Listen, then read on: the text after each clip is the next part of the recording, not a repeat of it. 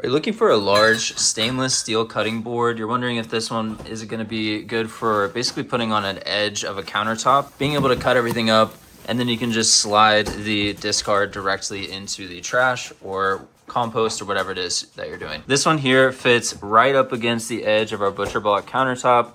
I'm gonna go ahead and cut up some different ingredients on it, but I love the stainless steel look, appearance, and then also just how easy it is to clean as well.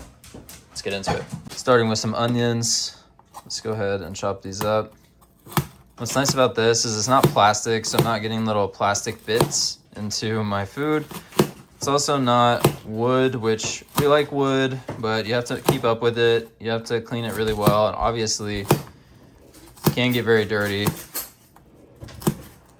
Stainless steel, on the other hand, we could throw this in the dishwasher and we'd be able to clean it up pretty easily, or just wash it in the sink.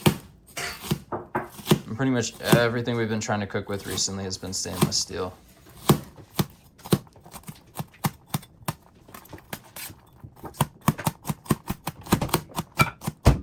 It's a pretty large cutting board overall.